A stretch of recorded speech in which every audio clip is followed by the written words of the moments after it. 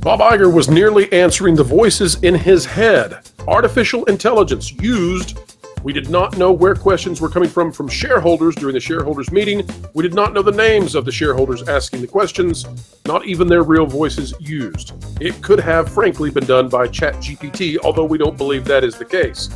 Bob Iger choosing not to take live questions from live people, drawing serious concerns all across the market, and Disney stock now on the decline.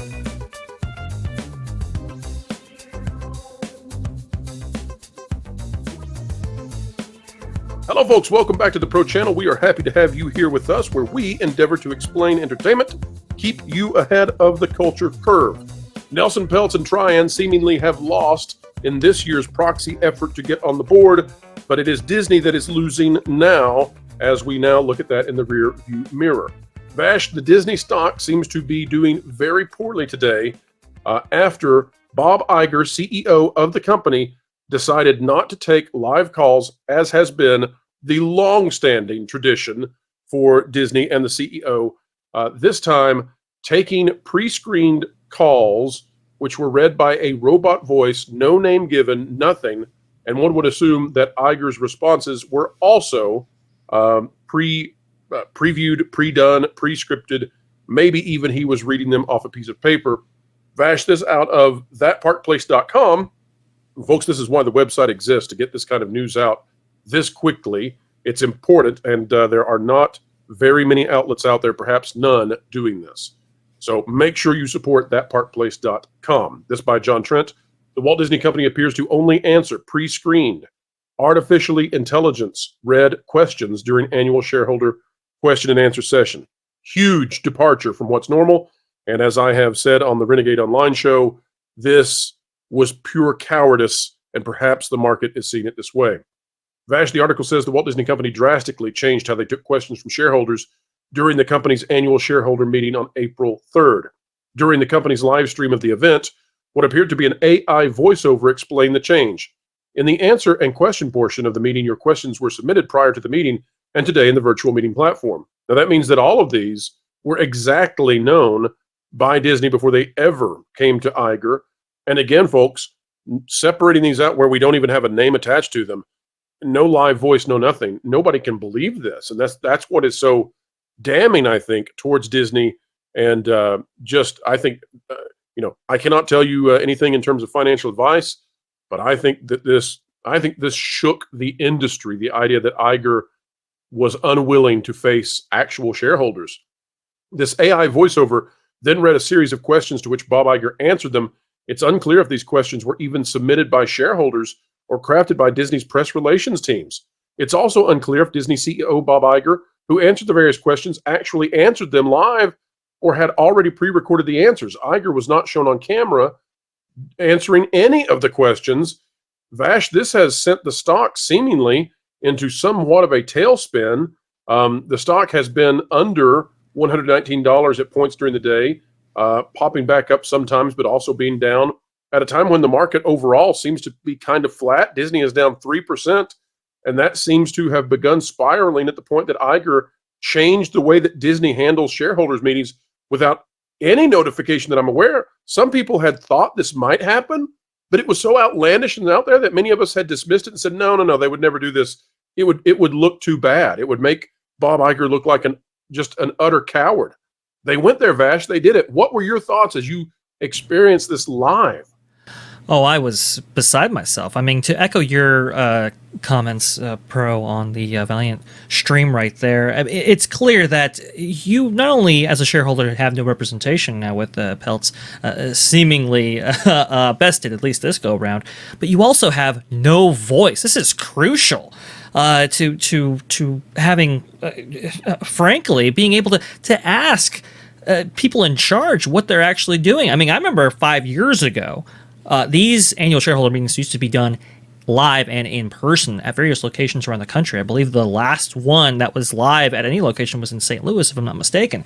And at that time, you could actually attend those in person and ask questions in person to Bob Iger directly. Now, in the span of 5 years, that has completely changed to not even just call-ins, but now you have to, submit your question in advance. I thought maybe perhaps they would reach out to those people and say, okay, you can actually come on and actually field your questions to Bob Iger directly. No, they went the complete opposite route and had some poor Siri impersonation. Actually go ahead and fulfill these comments or questions to Bob Iger, which, by the way, it sounded at some times that he was reading scripted answers, and they weren't even all that good. Vash, it's even worse. The moderator was artificial intelligence. The whole, and the AI moderator at the end says, Bob, we are running out of time. We will take one more question. Like this went into some kind of kabuki theater mode that I don't think anybody, listen, Iger clearly won to whatever degree that Disney wanted to win by beating Peltz.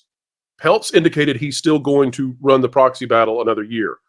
He didn't say that outright, but he definitely alluded to it in his statement, where, by the way, he was interrupted by Disney when it was his opportunity to speak. But, very true. So I think ultimately Bob Iger is deeply wounded, and I think that Peltz now is in a position to go for a majority of board seats. Credit to Culture Casino for suggesting that this morning. Yeah. But if you were on the Iger side, you might look at this as a win today until this happened. And I think it threw away every bit of the wind in his sails, because nobody watched that and thought this is a competent, confident CEO. This was horrible. This is horrible to take robot questions with a robot narrator. That is crazy. This is a sign of complete weakness on Bob Iger's part. If you can't necessarily address him directly, or he chooses not to address you directly, that says a lot more about him and the state of the company, quite frankly, than just about anything else. When you can't take any criticism or critique, think about how strong they feel the company's position is right now. This is why I put out on Twitter, it's like, yeah, this is not a show of confidence right here. Shareholders should be deeply concerned by this. And I think they're reacting accordingly. We have been talking what's about happening. Oh yes, and now that Peltz has been necessarily bested this round, I think that 50% increase that people are attributing to Iger, I think people are finally recognizing where the real let's say source of that was. Vash, there's other news here that I think is going to drive the stock down. I don't think investors have realized what we're about to bring out, but I would recommend that folks check out the article that broke literally as the shareholder meeting was starting. This is by Forbes. It's Caroline Reed is the author. Big fans of Caroline. Says revealed how Disney's financial wizardry boosted its return on investment. Alleging here with some very good data that there's a lot of smoke and mirrors happening at Disney. But Vash, the other thing that happened during this shareholder meeting was that Bob Iger came out and made a change in the way that he describes streaming and streaming profits. And I'm telling you right now, folks, this may be the first time you're hearing this. We have not yet put the article out on that Park Place. We have not yet said anything about this on the Patreon. This is going to be news. This is going to be news because the other outlets are going to pick this up once they figure it out. Bob Iger switched the language, Vash, and I don't know if you caught this, but Bob Iger switched from saying that Disney Plus would be reaching profitability by the fourth quarter, which has been the guidance forever, right? By 2024 Forever, fourth quarter, yes. Disney Plus is going to make a profit. They have stripped everything out of Disney Plus. We have said that we are hearing now, rumor and speculation, folks, Mandalorian season 4 gone. We have talked about how they removed this Moana TV show, changed it into a movie to get it out of the books of Disney Plus. Yet still, despite stripping down tremendous amounts of content so that there is very little coming out on Disney Plus anymore, they now changed the language today. Bob Iger changed the language to say that across all of Disney's streaming, they would reach profitability. Now, Vash, I want to explain what's going on there. What is going on there? And folks, articles will come out on this. We're going to get to it. There's just so much.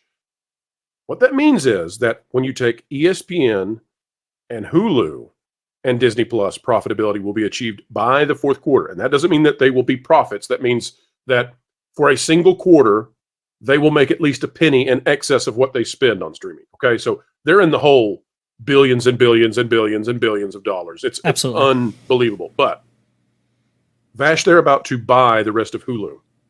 And we have not been told exactly what the total price tag for Hulu is going to be. But it could be something in the realm of $20 billion for the total price tag for Hulu. Now, if they buy Hulu in any of the first 3 quarters of this year, okay, for their fiscal year, sure, and they don't buy it in the fourth quarter, right? Then in the fourth quarter, after spending billions of dollars on Hulu, right? Hulu is a profitable streaming service.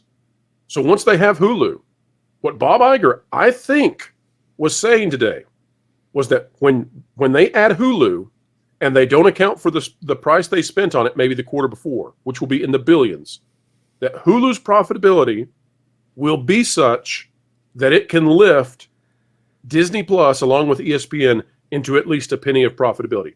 That is a total change from the guidance we've received in the past, a total change in everything we've been told up until now. It was done in a way that just kept moving without saying, oh, by the way, we're changing the Disney Plus guidance. Vash, what did you think of that moment?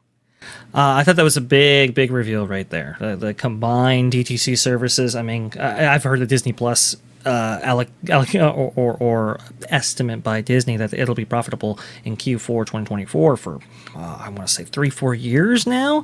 This was a big change in that language, and for good reason, because I think they're going to need the bulk of the DTC revenue results in order to achieve that goal. That is for sure. It's just that the math never made sense previously, and now I guess it kind of does. But it's a big admission that DTC itself is a much more, let's say, it's a much more challenging business than I think they initially realized. And I guess people, institutional investors, may have gone on CNBC afterwards. I know Braden Mickey Views was suggesting that there were people that were saying, "Oh, they should sell out the parks and double down on DTC," because that really is the revenue driver here. That's a legacy business. There's no necessarily need for that. And it's like, whoa, what are you guys talking about? That is the only thing bringing in revenue right now. How much does Disney World drive to the Disney company, Vash? A third of the overall profit for the Walt Disney Company. Right. A third of the profit. So let's sell that, and let's go with Disney Plus, that has never made a single profit and apparently is very quietly being adjusted. No confirmation on that, but he changed his language, and we here noticed it because we pay close attention. Vash, I want to draw your attention too. So some folks are going to say, "Oh, come on, you guys, you know, just sour grapes, yada yada yada." Peltz lost, neener, and it's like we've been saying this for months. Right. That Peltz was probably going to lose. The fact that it was as close as it was and Disney pulled out all of these stops indicates, I think, where we're going over the next year, which is to say that Disney has blown all the gas in the tank, and Peltz, who seems to want to fight again next year, I think he can get a majority of board seats, and I'm going to stick with that. But Vash, take a look at this, right? It's teetering right on 119. It's down about 3%. Sometimes up to 3.5% today on losses for Disney. Right. But that's not the important thing to look at, folks. We're talking about negative deltas here, because take a look at this. Go over to Netflix, Disney's primary competitor in streaming, right? We just told you that Disney Plus looks like that guidance is being changed. We don't know that yet for sure, but by golly, they changed the language. Netflix over here to the right side of the screen, up 2.39% at the same time that Disney's down 3%. How does that happen on the day of your shareholder meeting? That's like the State of the Union address. You're supposed to get a bump. You're supposed to get a spike. People are supposed to walk away with glowing reviews of, oh boy, they're bringing all this great stuff. Vash, it's not happening. On any other day, a drop like this, you might say, well, you know, it's just the stock market. But on your shareholders, once a year meeting, your shareholders meeting, this is nuts. I don't mean to get political, but I'm surprised that Iger didn't start off by saying, I'm supposed to address this person. before taking these questions. He doesn't have to, Vash. He's got robots.